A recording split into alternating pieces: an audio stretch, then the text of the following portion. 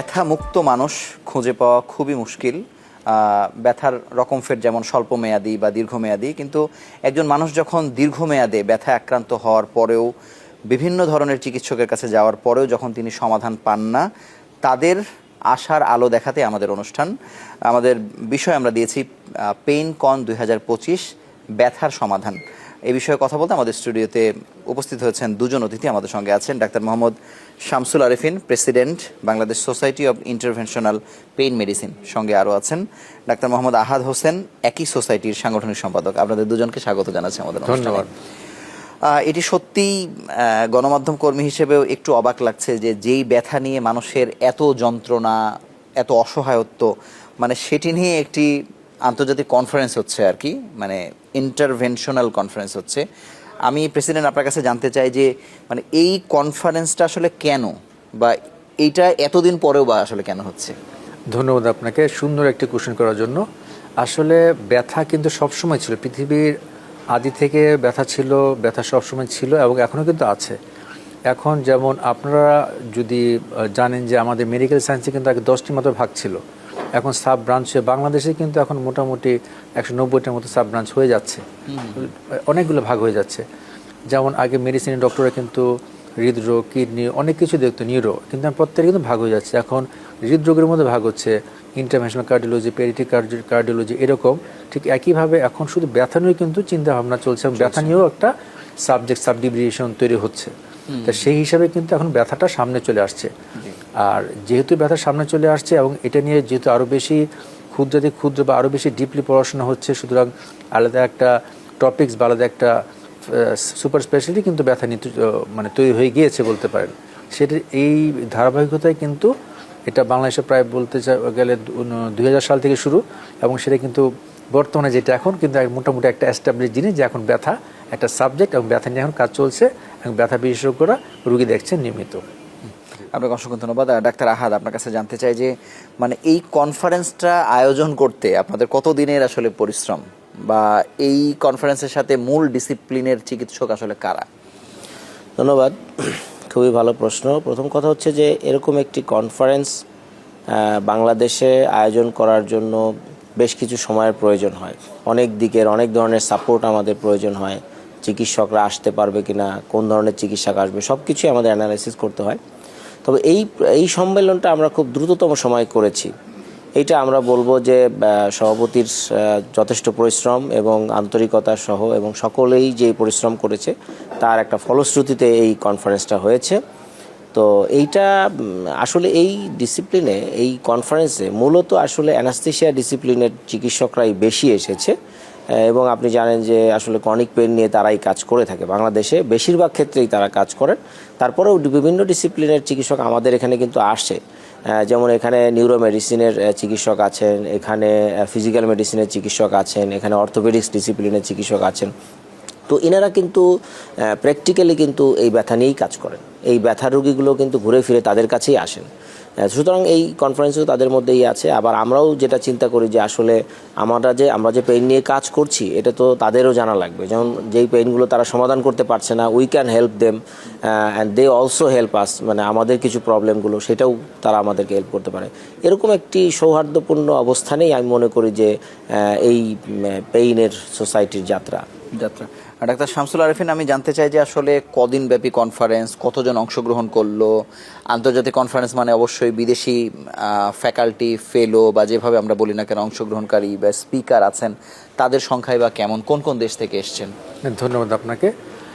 আসলে এখানে যেহেতু কিন্তু একটা কনফারেন্স সাথে কিন্তু ওয়ার্কশপ, তাই আমাদের ইনিশিয়ালি টার্গেট ছিল যে না, আমরা যারা পেন নিয়ে কাজ করছি এবং যারা পেন শিখতে চাই সেই ধরনের 100 জনকে নিয়ে আমরা কনফারেন্সটি করব। কিন্তু যখন আমরা একটা গুগল ফর্মের মাধ্যমে যখন আমরা ফর্মেটে ছেড়েছি, তখন কিন্তু মোটামুটি প্রায় 156 জন কিন্তু শর্ট টাইমের মধ্যে তারা রেজিস্ট্রেশন কমপ্লিট করে ফেলেছেন। আর এখানে বিদেশি ডক্টর বলতে আসলে 9টি দেশের ডক্টরেরা উপস্থিত ছিলেন, কেউ ভার্চুয়ালি, কেউ বডলি প্রেজেন্ট ছিলেন। পার্টিসিপেন্টদের যথেষ্ট আগ্রহ ছিল, খুব ইন্টারেস্ট নিয়ে কিন্তু তারা কিন্তু সকাল থেকে সন্ধ্যা পর্যন্ত, ইভেন তারা কিন্তু এই খাবার সময় কিন্তু পার হয়ে যাওয়ার সময়ও কিন্তু ওরা কিন্তু মানে এই হ্যান্ডস অন ওয়ার্কশপে তারা কিন্তু সময় দিয়েছিল। ডাক্তার আহাদ, আপনার কাছে জানবো যে আমরা দেখলাম যে এই কনফারেন্সের ভেন্যুতে অনেক কিছু হাতে কলমে শেখানো হচ্ছে, যেটাকে আমরা ওয়ার্কশপ বলে থাকি। এখানে আসলে কি কি শেখানো হচ্ছে বা কারা শেখাচ্ছেন? ধন্যবাদ।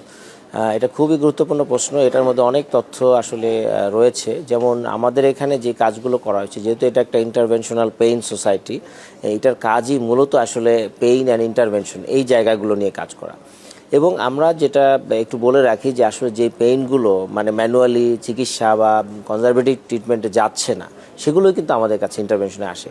এখানে মেইনলি যে কাজগুলো করা হয়েছে, ব্যাক পেইনের বেশ কিছু ইন্টারভেনশন রয়েছে যেগুলো আমাদের দেশে আমরা করি। তারপরেও বাইরের দেশে আরও কিছু টেকনিক্যাল কিছু ইস্যু আছে, কিছু যন্ত্রপাতি আমাদের দেশে এখনও অ্যাভেলেবেল না, সেই যন্ত্রপাতিগুলো কিন্তু এই কনফারেন্সে এসেছে। যেমন রেডিও ফ্রিকোয়েন্সি অ্যাবলেশন, অত্যাধুনিক যে যন্ত্রপাতি দেয় সেটা আমাদের এখানে এসেছে। আর আল্ট্রাসাউন্ড একটা বড় অংশ আমাদের এই কনফারেন্সে রয়েছে, যেগুলোর মধ্যে আমরা ওয়ার্কশপের মাধ্যমে চিকিৎসকদের যেমন আল্ট্রাসাউন্ড একেবারে হাতে কলমে শিখিয়েছি, একই সাথে এই আল্ট্রাসাউন্ডে কিন্তু আমরা বিভিন্ন কঠিন কঠিন প্রসিডিউরগুলো দেখিয়েছি।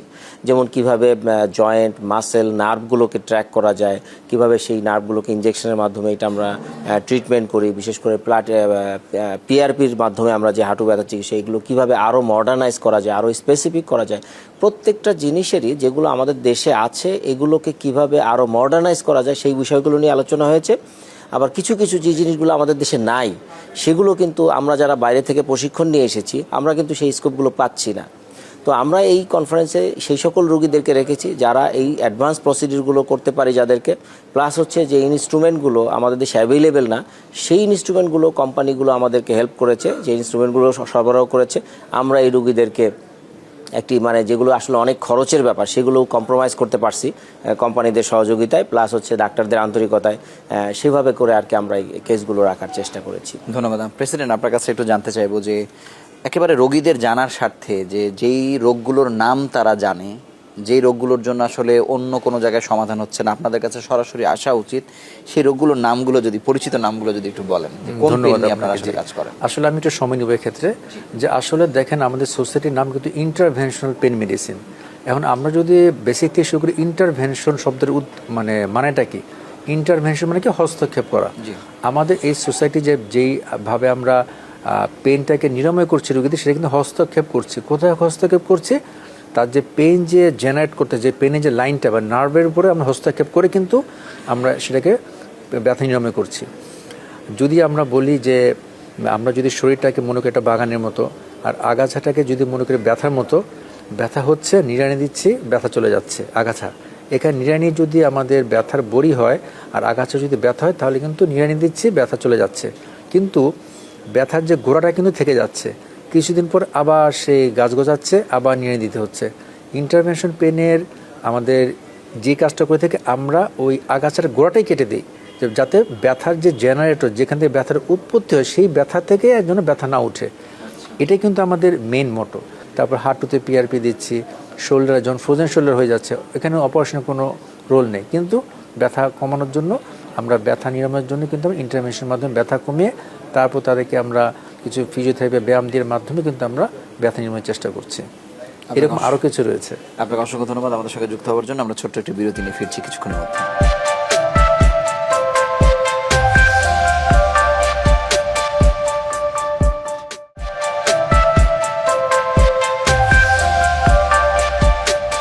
ডাক্তার আহাদ, আপনার কাছে জানবো যে ব্যথা যাদের আসলে হয়, এবং আমরা যেমন জেনে থাকি যে অ্যানেস্থেসিওলজিস্ট যারা আছেন তারা আলাদা করে চেম্বার করেন না, এরকম একটা জনশ্রুতি আছে, আপনারা যেহেতু আইসিইউতে কাজ করেন বা অন্যান্য কাজ করেন।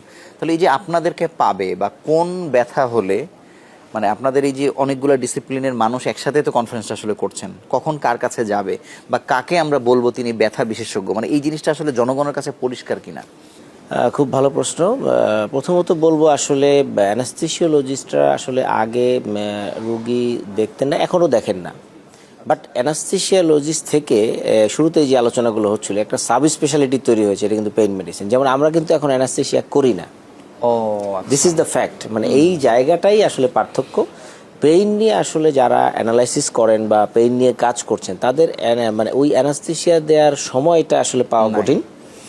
আর আসলে আমরা যেহেতু রুগী দেখি, যে কারণে রুগী দেখার টাইমটার ভেতরে অ্যানাস্থেশিয়ার সব কাজগুলো হয়ে যায়। সুতরাং আমাদের পক্ষে এটা সম্ভব না। সুতরাং ডেডিকেটেডলি এখন যারা পেইন নিয়ে কাজ করে তাদের পক্ষে বলা যায় যে আসলে অ্যানাস্থেশিয়া দেওয়া সম্ভব না।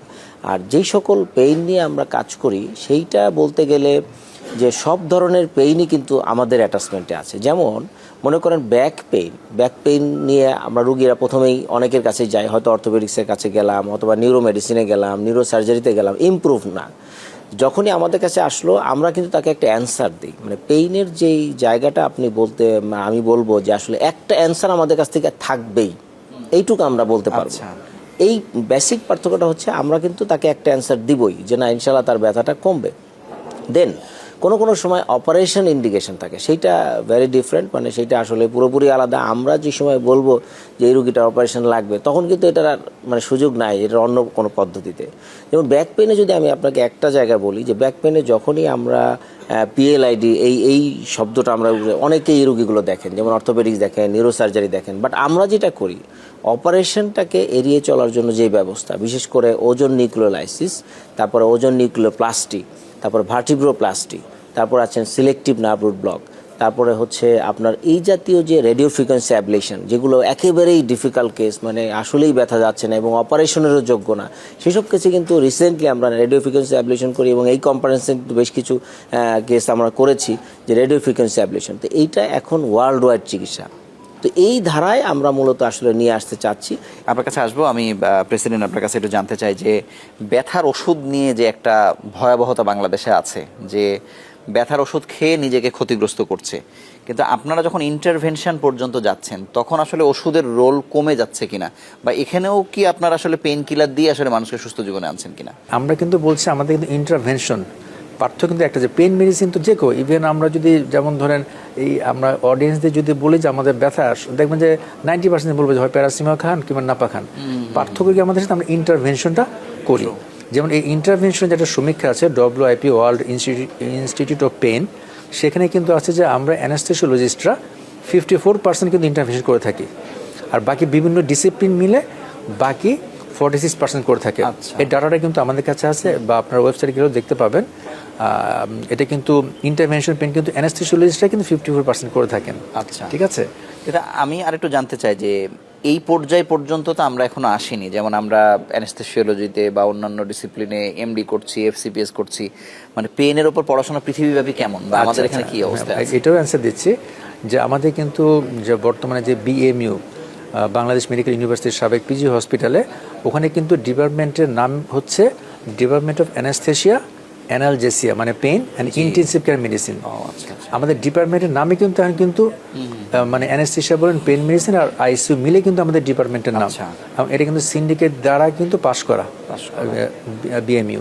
এবং ঢাকা মেডিকেল কলেজে কিন্তু পেইন মেডিসিন ডিপার্টমেন্ট আছে। আর আপনি যেটা বলছেন পড়াশোনার ব্যাপারটা, আমাদের বর্তমানে BMU কর্তৃপক্ষ অ্যানাস্থেসিয়া ডিপার্টমেন্টের অধীনেই পেইন মেডিসিন ফেলোশিপ চালু করেছে 1 বছর মেয়াদি। এটা কিন্তু আমাদের অথরাইজড BMDC দ্বারা স্বীকৃত এবং ভার্সিটি কর্তৃক অ্যাফিলিয়েটেড।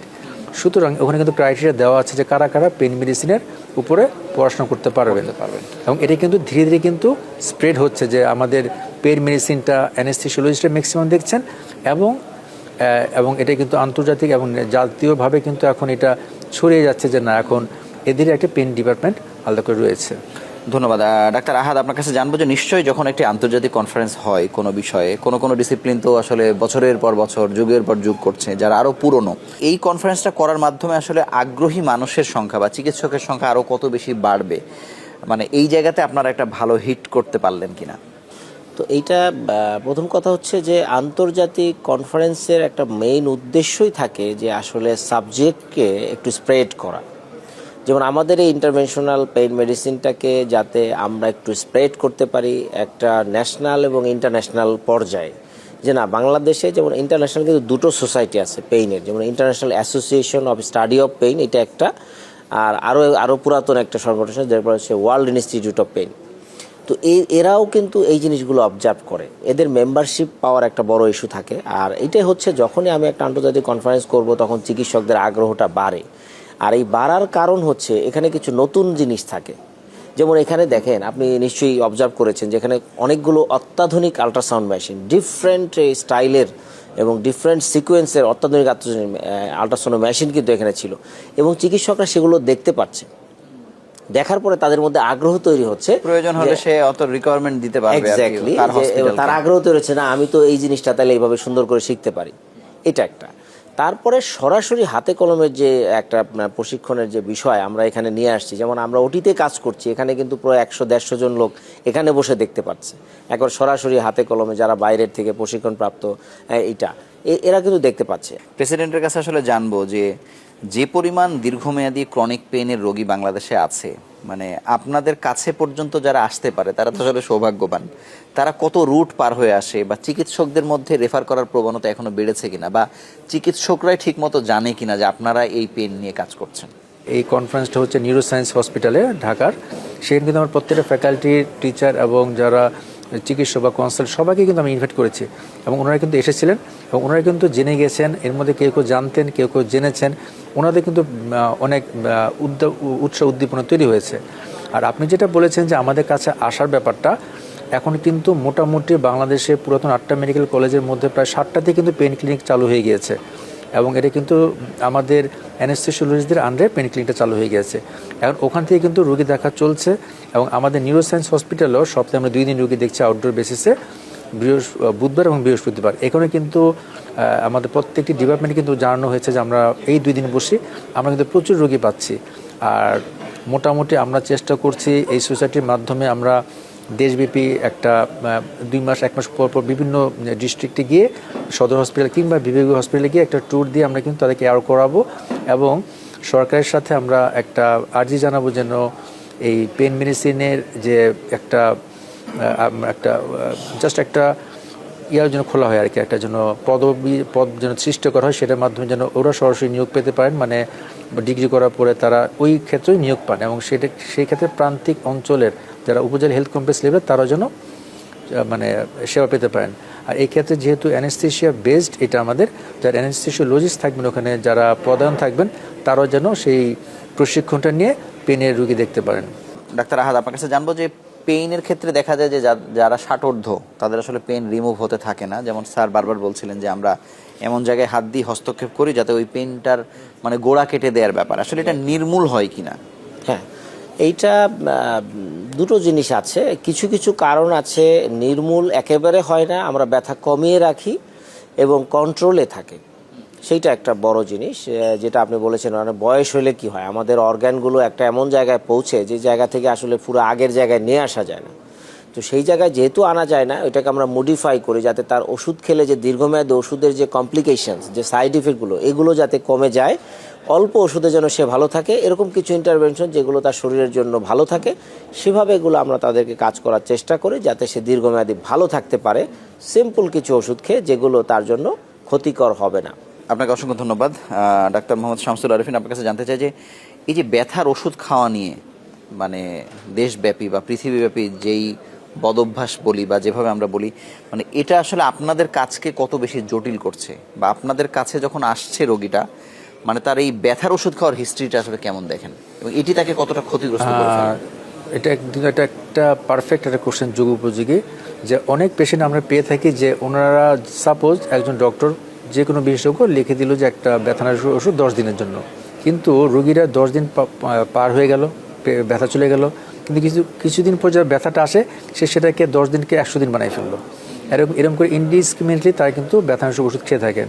এবং যখন কোনো পেশেন্ট আমাদের কাছে আসে তখন কিন্তু তাকে আমরা হিস্ট্রি জিজ্ঞেস করি, আপনি ব্যথানাশক ওষুধ খেয়েছিলেন কি না।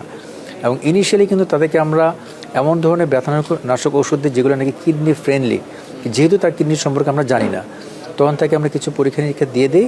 তারপরে যখন দেখি যেন সব কিছু সেফটি মার্জিনের মধ্যে থাকে, তখন কিন্তু আমরা তার ট্রিটমেন্টটা শুরু করতে পারি। কিংবা যদি একটা পেশেন্ট আসলো, তার কাছে 1 মাস বা 1.5 মাস কিছু রিপোর্টস আছে, সে যে রিপোর্টসে মোটামুটি কিডনি, লিভার সব কিছু দেখলাম যে ওকে আছে, তখন কিন্তু আমরা ব্যথানাশক ওষুধগুলো আমরা অ্যাড করে দিই। তবে এটা অবশ্যই একটা অ্যালার্মিং ব্যাপার, সরকারকে অবশ্যই কঠোর পদক্ষেপ নিতে হবে যেন ওসিটি ড্রাগস ছাড়া অন্য কোনো ড্রাগ যেন বিক্রি না করা যায় আর কি। বহুল প্রচলিত কথা যে কিডনি নষ্ট করে বা বিকল করে দেয় ব্যথা, মানে ব্যথার ওষুধ, মানে এটি কি আসলে সত্য কিনা, বা আসলে কোন পর্যায়ে গিয়ে এমন হয়? এটা তো সত্য না হলে আসলে কথাটা এইভাবে আসতো না। এবং আমরা কিন্তু রোগী পাই, আমরা কিছু কিছু ক্ষেত্রে রোগী পাই যে আসলে একাধিক ওষুধ তারা খাচ্ছেন যেটা অনিয়ন্ত্রিত, বা আমাদের দেশের যে ঔষধের দোকানদারগুলো আছে তাদের তো আসলে ডেফিনিটিভ কোনো কিছু নাই, তারা সব কিছু দিতে পারে। তো যেই কারণে দেখা যায় যে তারা প্রয়োজন বুঝুক আর না বুঝুক, ব্যথা তাকে কমানোর জন্য যে কোনো মূল্যে তাকে ওষুধগুলো দেয়। কিছু কিছু ক্ষেত্রে, খুব হরহামেশা না, এটা একেবারেই যে হরহামেশা হচ্ছে এরকম না, কিছু কিছু ক্ষেত্রে এই ধরনের ঘটনা ঘটে।